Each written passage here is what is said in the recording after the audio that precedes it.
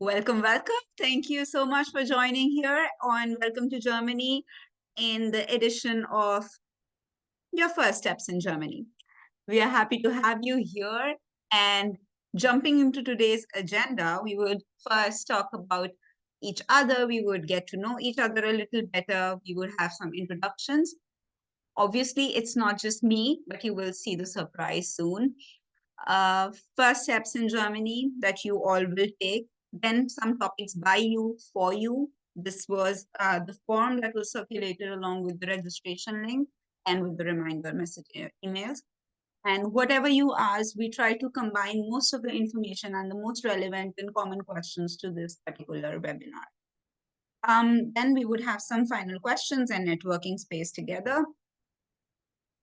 Moving forward, please put your hands together for another host that we have here, and we will start with her introduction. So we have Tonya, Gravity Tonya. You might know her from Instagram, and she's here. Tonya.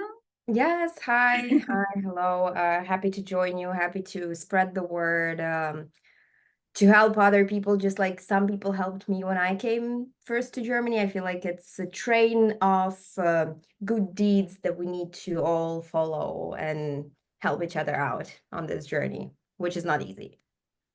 And my name is Arushi. I am from India, and right now I'm in Berlin.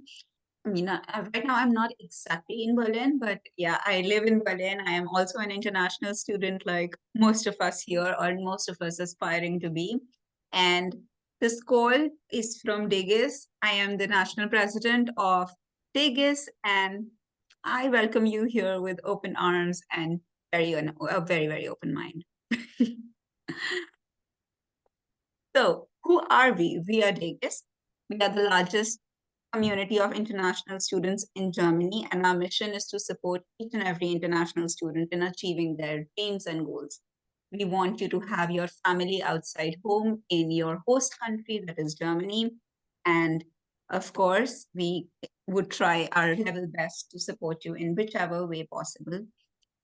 Our current online community count is 37,000 members, and we have local teams of volunteers in about 45 cities in Germany. Tonya. Yes, and I'm Tonya. I'm also an international student, originally from Belarus, and when I moved here to Germany, I just started sharing my life and some tips that I wish I knew. And I just wanted to make other people feel less alone, kind of also create a community. And that's how kind of we came across each other's ways with DEGIS. We kind of have a similar mission, so to say. Yes, so yeah, my content is like motivational, I hope, for people to build their life here, to not feel so alone, and yeah, just know that whatever you're going through, you're not going through this alone.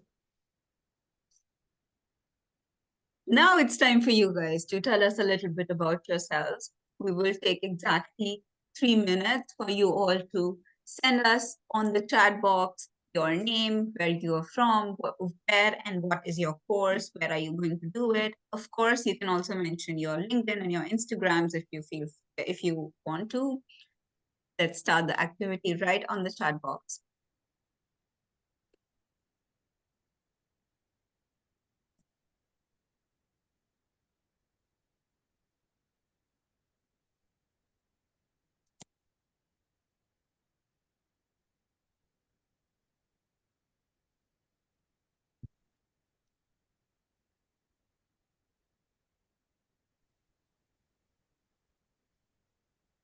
Hello, can I proceed?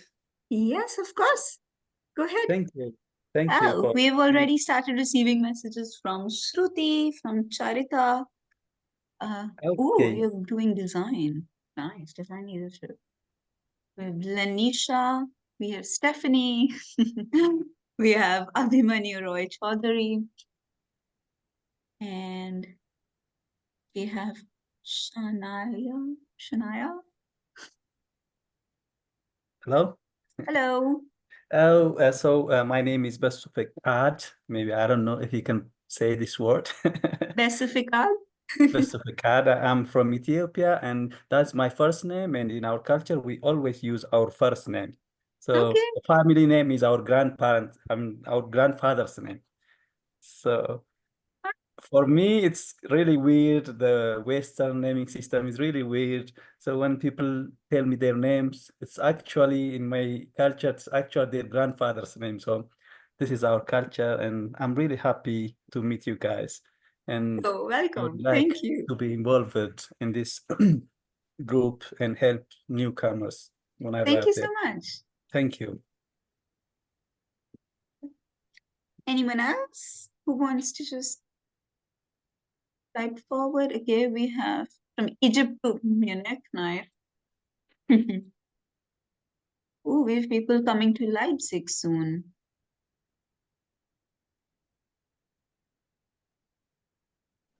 We've Good. shared- Hello. Hello. Yeah, am I audible? Yes. Hi. Yeah, hallo. So, ich bin Hardik aus Indien, Neu-Delhi. Und I can speak ein bisschen Deutsch. And currently I'm traveling to Munich.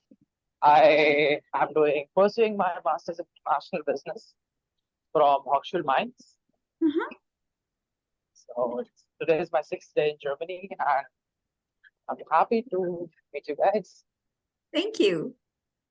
Alrighty. Moving forward a little bit, you guys can feel free to keep messaging about yourselves, about your journeys on the chat box, get to know each other, but don't forget that we have a networking space coming up. Now, talking about your first steps in Germany, which most of you are either taking, are currently in process of, or are going to take very soon, or must have taken very recently. So first of all, this is an extremely important slide. I would request you all to take a screenshot and save it somewhere where you don't forget it, because these are some steps that you have to immediately take after coming to Germany, of course, after finding your accommodation and moving. So the first thing you must have is your semester ticket from the university, or a Deutschland ticket if the university does not give you it, give that to you already. So you can travel within Germany and you can actually reach after the airport to your desired location. This ticket comes for 49 euros for entire Germany, but there are also some regional tickets which you can buy for the particular city, that if you just want to travel within there for a while, so you can save some money there, as money is a very important topic of this particular call, because all of you asked about it, which we will move further about. The next step would be your Anmeldung, or a city registration. So I want you all to know that yes, Anmeldung is extremely important, and we will talk in detail about it, but essentially it is a document. And all of these things are also documents which you must have saved with you in a particular location. So that's why the screenshot. Then you open a current bank account, and you unfreeze your blocked account, and you receive via post or email no, not email, mail. Post or mail, that's how we say it here. The following documents: your insurance confirmation, your personal identification number, your Steuer or tax ID, and your bank documentation, which you would either receive when you visit the bank for opening your current bank account, or they could also send one document via post. Definitely. We will have questions later, guys. We would have question space for sure. Please make a note of your questions. Moving forward, some topics that you all asked and you were very curious about, and we would love to cover them during the call, which would be the cash culture and the forex cards, which is extremely important. Of course, bank account opening process and its timelines and everything. From airport, how to reach small cities, because usually small cities do not have an airport. And most of you, since you are coming from outside of Europe, you probably would come to the main hub airports like Munich, Frankfurt, or Berlin. Homesickness during winter and how to integrate better. Some extracurricular activities, how to further your CV or your resumes. And travel versus health insurance, which is a very important topic yet again, for at least for beginners. Then, of course, cost of living. That is something many people ask, and I'm so glad that you all asked this question. Yes, it is an ever-changing topic, but of course, there is always a certain set budget that international students come to Germany with. And the last one is settlement packages, which is usually like when you are trying to settle, how to get all the things that you require and everything that you have in one place. And we will talk a little bit more about that. Moving forward, also, this is very important. An emergency can occur at any time. So please save these numbers: 110 for police, 112 for fire and ambulance, 116 and 117 for out of hours medical care in case of emergency, of course. And in general, in most regions, 911 just works and it transfers your call to the desired or available helpline. You can also use that. Moving forward, carrying cash in your wallets. This is a very important and something most people are very curious about, because coming from various countries where digitalization is quite strong in retail specifically, we don't use hard cash so much. We don't really use a lot of cards also. We have digital methods, we have our phones to pay. Whereas in Germany, cash is the king. You must have that cash in your pocket. You also will notice that you will get so many small coins, like even 1 cent coins, and slowly you will start building like a box of coins.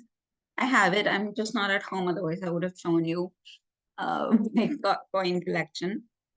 E-wallets are not so widely used. You can use them for online purchases and everything, but not really for when you buy something at a shop or even at a grocery store. Cards are very widely accepted at grocery stores, but there is usually a certain limit under which you can't pay pay using cards, and you need cash. Of course, ATMs are very widely available. However, when you withdraw money with a card of another bank than yours, than the bank that you have a bank account in, then it comes with certain fee and taxes and everything, like a withdrawing fee. Coin machines are available. As I mentioned, that there are many small coins, so you can just collect them and you can use coin machines. They are usually available in a lot of grocery stores. Now, carrying enough cash for your first month. Now, this was a question many people were curious about, and I'm very glad that this question came up, because sometimes in some situations this can happen, that you might not have enough money with you at the moment when your blocked account is still frozen. Most of you would come here with a blocked account, come to Germany with a blocked account and all your funds there. But I would suggest to get 1,000 to 2,000 euros apart from just the rent and the deposit that you might be paying. This money will help you get by any emergencies or any miscellaneous circumstances that you might not have accounted for. But this much is more than enough. Like, it will get you by quite easily over the upcoming month. We will have questions about this topic as well very soon, so we can discuss more in detail. Moving forward, some bank accounts in Germany. So there is Sparkasse, very commonly used. Then Commerzbank, N26, Deutsche Bank, TransferWise or Wise. And there is also, if you have already a blocked account with Expatrio, then they also have a current account that you can use. Moving forward, the bank rules and the timelines. So, of course, most banks require you to have an Anmeldung document, a city registration. Some banks would say that they also require a residence permit, which is like after your initial visa has expired, you get a residence permit to fit with, to have like a longer period of stay in Germany. And in case you don't have that, some bank accounts would say that, okay, you can't have an account with them. However, that is not usually the actual case. You must do your research online on that bank's website as well. before approaching them. Then you open your current bank account, then you unfreeze your blocked account, and voila, your funds will be transferred. Woohoo. Also, I must say that you have to book your appointment. That's very, very important. And you must be punctual. But if you're not, just don't panic. You can book another appointment with them. Gather all the important information and please read everything very carefully. That goes without saying in every context. I will give the stage to Tonya to talk a little bit about a topic very close to her. Yeah, very close to my heart. I mean, what we've just heard, a lot of information. It may seem like a lot to fathom from the start, but as soon as you just start going online and going on the websites of the banks, everything will be, more digestible, and just don't worry, it just seems like a lot. And I mean, we all know from our own experience. Yeah, we can go on with my and after the bank account thing is settled, after you got your Anmeldung or city registration, the next thing you need to have for your university is local health insurance. I didn't know that apparently that's something you need. When I opened my visa, just like probably a lot of people, I got travel health insurance, and I thought that would be enough. So for a couple months, I just lived without a local health insurance. And at some point, my uni emailed me and was like, "Where is your insurance?" And then I found out, oops, I actually had to do it. So don't be like me. Of course, everything worked out in the end, but so just so you don't get fined and you are on the safe side, know that right away your travel health insurance isn't enough. You need to get a local one. You needed to apply for. You needed to just stay in Germany. Yes. There is public and private health insurance. It depends on how old you are and also on some things that you want this insurance to cover. I mean, I don't know what your specific health problems might be, so just look at what different insurances, public and private, from different companies cover and what fits you. And then you can look for doctors on this website that's mentioned here, drlieb.de.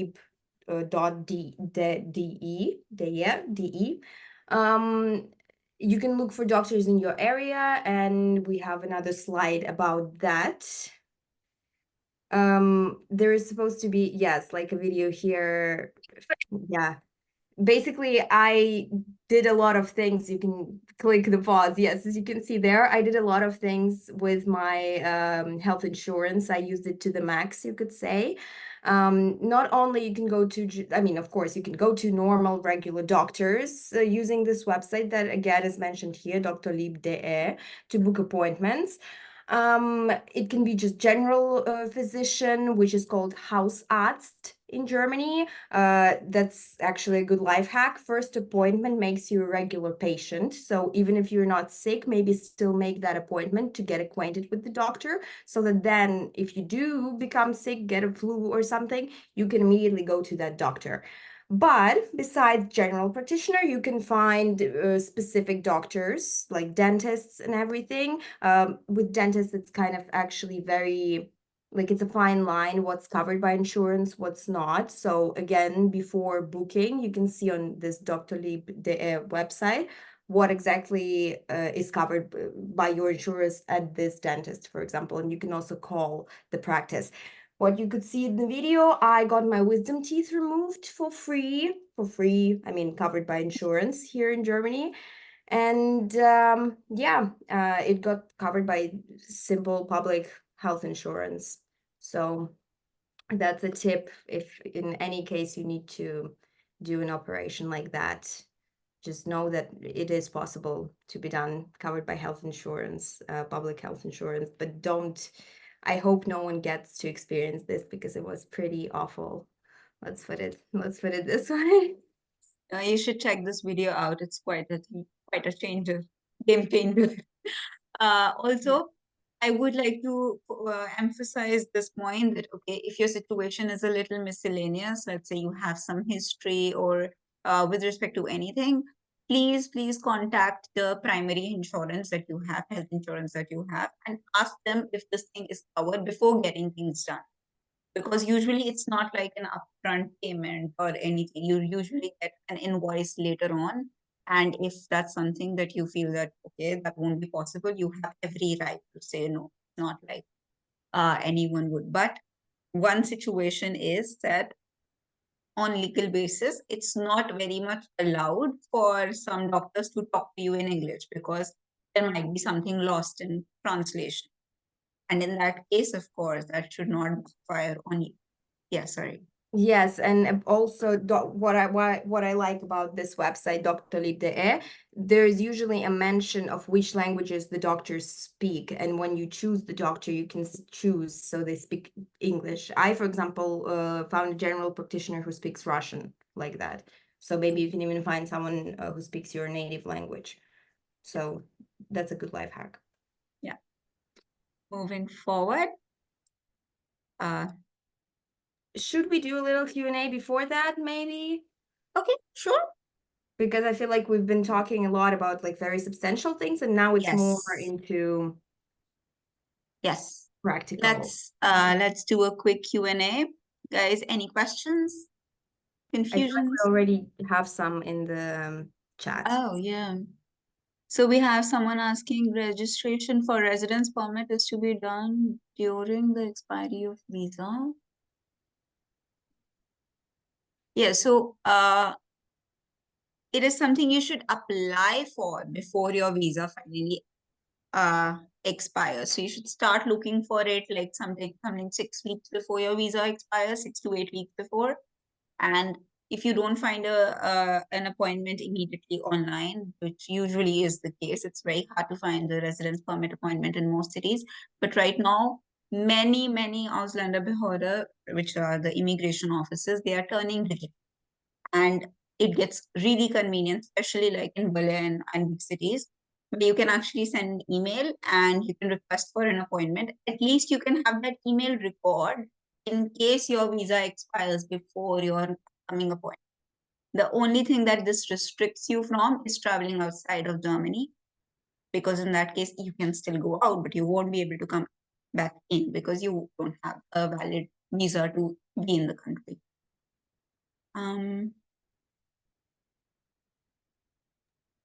Is public transport free for students? Is that 49 euros covered by my university? It is covered by the semester ticket, right? Mostly. Like, yeah, but Okay, your so it university. depends on the university. For my university, it is covered, so I can travel all around Germany. And Absolutely. Private universities like don't give it, and sometimes even Hochschulers don't give it. so basically ask your university to be sure what exactly is covered by your semester ticket. And also, like, it would already be mentioned. You must check the emails that your university send you regarding a semester ticket. It should be mentioned there, 100%. Can I use Revolut account to receive? You can use it, I suppose, but I don't think Revolut works as a primary current account in Germany. I tried to do it myself, didn't allow me. Wise does. Wise does work, but again, many things depend on the country that you are from and about on your profile as well. If you have a residence permit or not, sometimes it even depends on if your residence permit is on your passport or if it's a physical card. It was a problem when I was trying to open a bank account with N26, personal case. Which bank would you recommend that do not have a lot of deductions? Tonya, you want to take this? Well, I have a bank account with Sparkasse. They do not have, I don't think they deduct anything actually from my normal Sparkonto, whatever it's called, Sparkonto. If you want to do like a credit card, they do some deductions, but honestly, I think a lot of banks actually work well and don't deduct much money from you, especially when you are under a certain age. So while you're still young, don't worry about deductions. When you're getting older, yeah, it's that is gonna cost you. So Ishpar Kasi deducted my money only after I turned 25, even with the student account. So that happens. But yeah, she's very right, as long as you're young. Okay. One last question, which we will take. Is C24 a bank account? Like, is C24 bank account good for current account? I am not really aware of C24. I've never heard. I also I haven't don't heard know. of it. So this gives you a small sample space, I guess. But if anybody knows the answer for C24, please answer it in the chat box. Also, I don't Also, think I'm enrollment certificates can be used for any discounted student tickets. You can use your card, the semester, the ID card, maybe in museums and stuff, but that does not, there is no online service, I guess. Right? Not that I know of.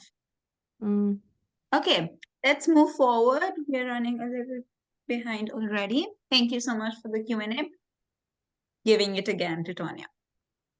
yeah, another thing that is pretty important for the budget. I mean, we're all students and keeping the budget is pretty hard. Someone already asked about jobs. We're not going to be covering this it in this call, but Arusha, do we have something else where we talk about jobs? Right. Sorry. Some go on. webinar or about jobs? Yeah, sure. We will be having it, but in a Yeah, while. but not Not today. immediately. Not today. Not today. Yeah, so but living on a student budget, we need to kind of know life hacks here and there. And one of the things that I noticed, and it kind of gained sort of popularity, there was this video here where I basically observe and compare prices for you, and that is exactly what you can do. There is no fixed price set for certain articles, so different stores have different prices, of course.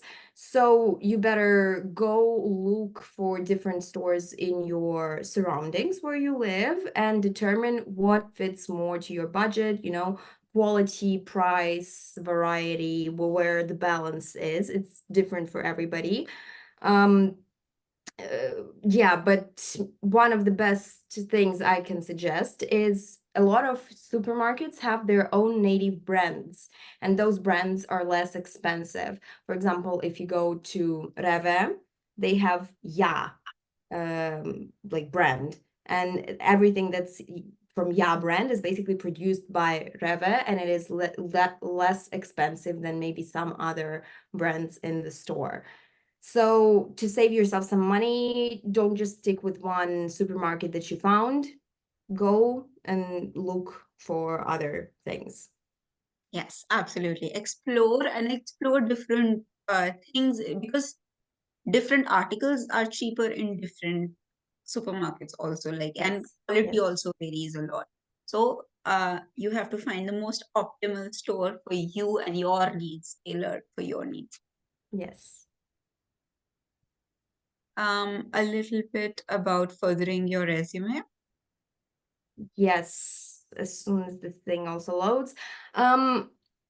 Again, we're not covering jobs right now here, but mostly, yeah, it's just a little of the things that I've done in my kind of during my studies here and different experiences. And some of the things I mentioned here is volunteering and things that I got that later on helped me basically get a job without necessarily having the experience. And job market is pretty competitive in Germany. And maybe it's not the first thing you're gonna do, you still need to get acquainted to the country and everything, and getting job right away is pretty hard. But what can you do to further your resume, to build up your CV, get the job in the end, still while adjusting to the country? So, as I said, volunteering is a great thing. You can do it at your university. Like here in this video, I mentioned that I volunteered at the racing team of my uni. Apparently in Germany, a lot of universities have racing teams, and you can do it as an engineer or as a marketing person, business person. If you're studying economics, it's also a thing. You can find other ways to volunteer at your university and get some credits, and it might help you even win some scholarship, get you those social participation points. You can also volunteer at such student organizations at your university as Globus or ASTA. A lot of unis have those, and probably you've already heard about some of them because they might even be helping you settle in the university. Also volunteering at NGOs like DEGIS, and we're going to talk a little bit more about what it takes and what you have to do to volunteer at DEGIS. You can also join different summer schools. Again, you can just Google it on your own, or also your university might be offering some things. Just follow the socials of your uni, follow the newsletter. Usually universities have newsletters that come to your uni email. And as the more info you have, the more likely you are to find something that fits you and that you can use to build up your CV. And yes, again, attend talks, conferences that your uni hosts and that you see online, and because that's how things come to you. You randomly see something online and then whoop, and you have an opportunity that you haven't even dreamt of. Absolutely. Moving forward, a little bit about how to settle better and how to adjust and find all the things that you might need. So there is this really cool organization called Hugo Bell. They have a website that is already linked here, and you will receive the link as well. So they have these settlement packages using which you can have, a bundle of all the items that you might need. For example, kitchenware and all those essentials. They have different levels of possibilities. So there is this budget kitchen essentials, so which would have a little less stuff than essential kitchen. So maybe some smaller stuff in the budget one. They also have better bed and bath kind of options if, for example, you're moving into an accommodation which is not furnished, or instead of you buying something individually, you just get them as a bundle. After you become a DEGIS volunteer, you can be eligible for a 10% off in this Hugo Bell product. So, apply and get that off. Moving forward, we also would love to talk, and many people asked about this, extracurricular activities and how can this help. So basically, this can help in socializing a little better, and of course, keeping healthy, keeping a more active lifestyle in general, especially with the winter coming, moving a little bit, not spending most of your time hunched back in front of a computer screen. So many universities, actually most universities, have some or the other, either their own or affiliated to other university sports courses. And they usually have amazing offers. Like you can learn things that you didn't even know existed. For example, there are like taekwondo courses, or some really new type of dance forms that you didn't know you would like to do, but that might just click for you. So please don't forget to check your university A to Z list for extracurricular activities. Usually they are done by freelancers who also do it around the city in different ways. And that would be an amazing networking opportunity as well. And for various events, you can check out the DEGIS city pages on Instagram. And whatever they are organizing, of course, each and every international student is very, very, very much encouraged to find their own family outside home with these events. Moving forward, a little bit about homesickness and culture, which was really massively asked in the form that was circulated. So, of course, one thing that I would like to tell you all, that please don't shy away. People are very, very welcoming, but they are very direct and upfront. So do not cross anyone's boundaries, but don't shy away from talking to people or asking questions or asking your doubts or trying to fit in. That is something that people just are scared about, but in the end, that helps to grow as a person and even grow your communication skills, as well as getting to know more people just better.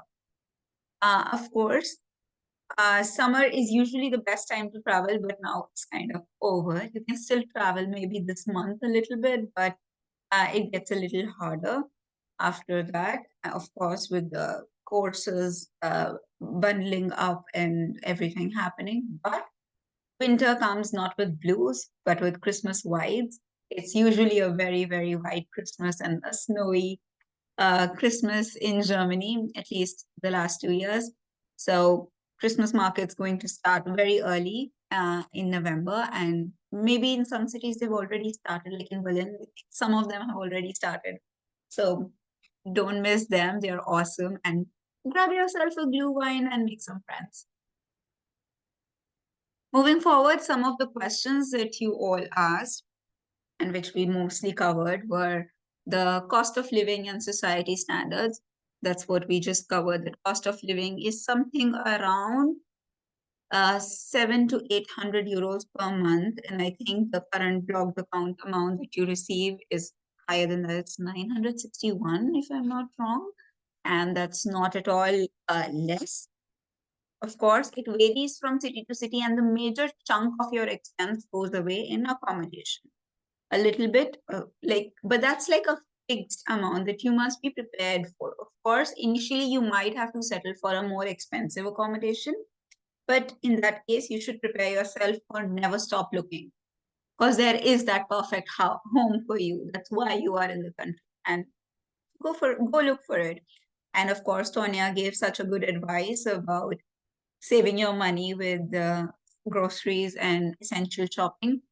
So take that advice and find yourself the best stores near your place. It is a fun experience. For some people, it's the first time they would be buying groceries and everything. It's always fun. Next is public transportation, and if there is a benefit for foreign students. Yes, as we mentioned, most universities give you the public transport included in your semester contribution. Different types of rules that we need to follow. We also covered that in the beginning. And of course, you will receive the recording as well as the slides of this call or this webinar. How to learn as a new student in a new country, what this whole thing was really, really about. And apart from this, you can follow DEGIS network as well as Gravity Tonya, and your life becomes much, much more easier. And best bank accounts also covered. Moving forward, talking a little bit about how to volunteer with DEGIS and what it entails. So we have city chapters in different cities, which are small teams of volunteers, and we are currently recruiting them. The areas you can work and learn with us are HR, marketing, events and projects, business development, as well as leadership roles. As a leader, you get to manage people and you get to improve on your cross-cultural communication, because most people that we have are from very different countries and they have had a different working life or different student life. They speak different languages. You get to know more people, and the main thing that DEGIS offers is a low pressure and very, very high productivity environment where you learn as a student how to lead other students and how to communicate within many, many diverse cultures and people from different countries. So don't shy away. Go and apply and become a volunteer with DEGIS. Some more questions that you all asked, and of course, it was not possible to cover it within the current poll. So some cheap resources for learning German, job market situation as an expat. Tonya also mentioned that. Convincing your German university to accept you, Studentenwerk, as well as accommodation as a topic on a whole, integrating better into German culture, and how to make friends and talk to people. For all these, we have these webinars coming up. All About Accommodation webinar happened on 20th of September, 2 weeks ago. Today was the first taking your first steps in Germany in Germany webinar, which you had it with us. Common information and review session we will have soon, where we will talk more about everything that has been happening in our common webinars. So we might revisit some of the topics there. Making friends and understanding the German culture was one of the questions in the very previous slide. And of course, we will cover it, but with a proper webinar specifically about this. And so, and the same one with learning German as a language and also cheap resources as a student, how to find time. We would talk about it in much more detail in a webinar on 14th of November. In order to know more, stay tuned with DEGIS Network. And any questions, me and Tonya both, we are right here to answer your questions. We would really appreciate if you turn on your mics and ask the questions. And maybe raise your hand so we can call out the names. And maybe And we of can also course, see the chat, yes. yeah, and of course, Stephanie has been answering most of the questions here on the chat. So thank you so much for that. I had a question. Since I'm from non-EU country, can you talk about when did you apply for visa and how long you have waited and what documents we need? It depends on the specific country where you're from. Each country has different documents that you need to submit for the visa and like different timelines. So I can't speak for where you're from. Literally it's about contacting the embassy. That's it. But regarding the question, do you recommend dorms or WG apartment, living with someone, shared apartment? I think both are good, honestly, to meet people. From my experience, I live in the dorm, but I also know people who live in shared apartments, and it also works perfectly well to meet people.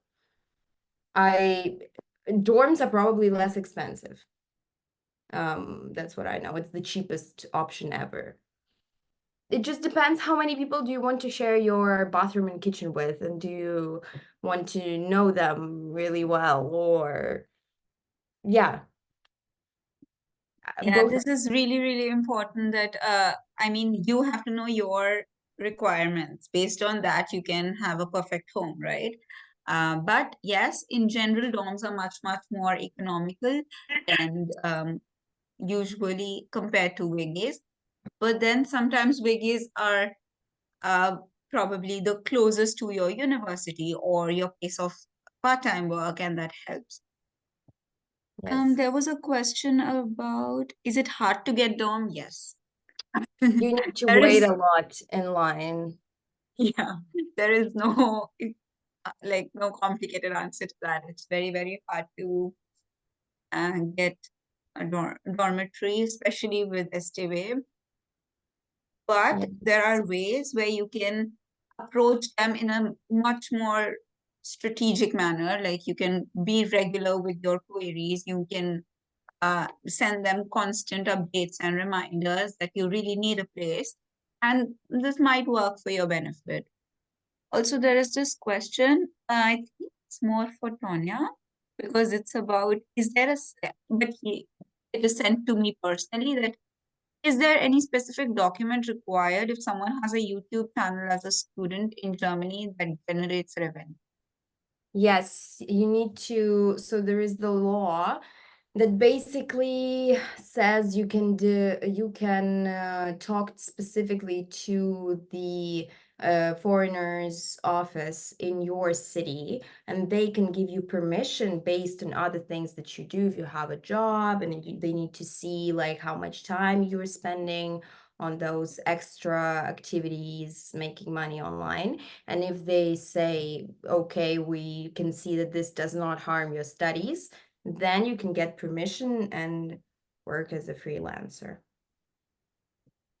Or just do it officially in your country. If you base the business in the country where you're from, maybe it's easier, because Ausländerbehörde, that's the thing about foreigners offices in Germany. A lot of the times they give you different results based on different cities. So it's like they have their own autonomy to say something to you. So it's not like one universal law. It's about specific situation and specific city of this foreigner's office. Absolutely.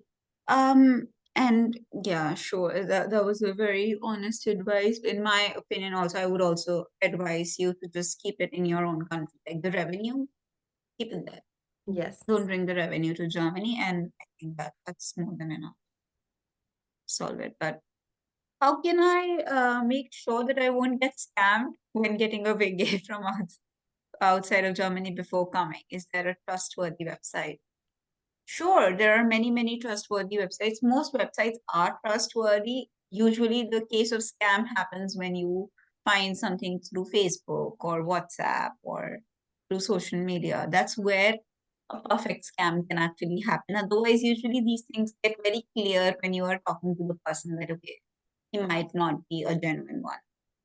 However, some websites are like Spotterhome, DEGIS, and we already spoke about them in the All About Accommodation webinar 2 weeks ago. You can find the slides and the recording on our YouTube channel. I think Steffi would be happy to link it here, or you can also just find it on our YouTube channel.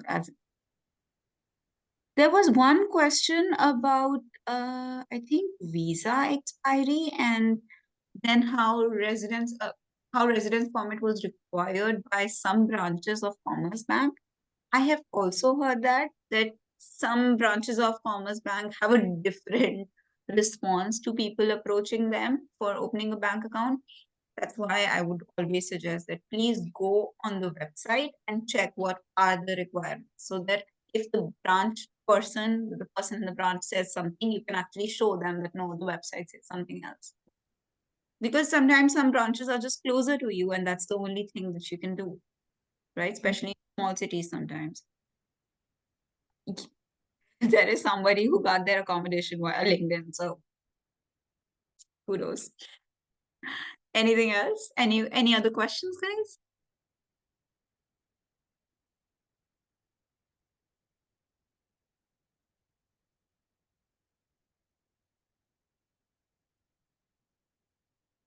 No?